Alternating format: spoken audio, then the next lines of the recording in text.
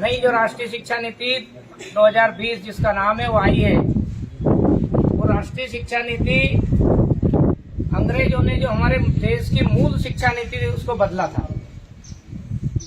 1835 में मैकाले नाम के एक व्यक्ति ने अपनी ब्रिटिश पार्लियामेंट में भारत के बारे में कानून बना करके बनवाया वहां की सरकार से, और भारत की शिक्षा नीति को बदला था और इसको नष्ट करने के लिए पूरे प्रयास किए। इसलिए उस शिक्षा नीति को बदलने का काम ये शिक्षा नीति करेगी अपनी भाषा में, भारत के ज्ञान के आधार पर, भारत केंद्रित शिक्षा और गुणवत्तापूर्ण शिक्षा, इन बातों का समावेश करते हुए नई शिक्षा नीति तैयार की जा रही है। उसी में ये स्कूल भी सम्मिलित हम कर रहे हैं। इसलिए पूर्व प्राथमिक से लेकर के तो 12वीं तक की कक्षाएं वहां पर एक जगह चलेगी, सब प्रकार की शिक्षा दी जाएगी।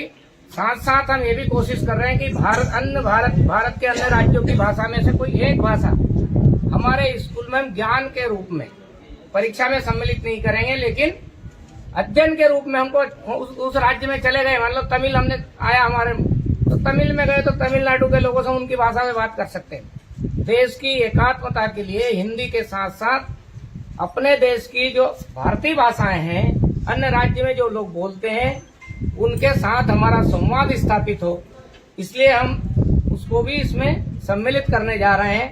अब वो कन्नड़ आएगी तुम्हारे जुम्मे की, तमिल आएगी, क्या आएगी देखते हैं, लेकिन उस राज्य के विद्यार्थियों के साथ भी हम संवाद स्थापित करेंगे। यानी भारत ही नहीं तो हमारे यहाँ के विद्यार्थी विश्व स्तरीय कॉम्पिटिशनों में भाग ले सके, इस प्रकार की तैयारी राष्ट्रीय शिक्षा नीति में आगे जाकर के होने वाली है।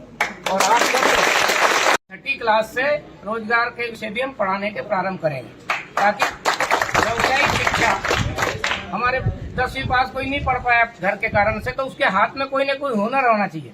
12वीं पास करने के बाद कोई नहीं पढ़ पाया आगे, तो उसके पास कुछ न कुछ अपना जीविका चलाने के लिए कुछ हाथ में कला होना चाहिए। 12वीं के बाद, फर्स्ट ईयर के बाद, सेकंड, सब लोग डॉक्टर नहीं बनेंगे, सब लोग वैज्ञानिक नहीं बनेंगे, लेकिन सब लोग ज्ञानवान बनेंगे और हुनर वाले बनेंगे, ताकि लोग भारत के बारे में नहीं कह सके कि भारत में लोगों के हाथ में कला नहीं है, लोगों के हाथ में स्किल नहीं है।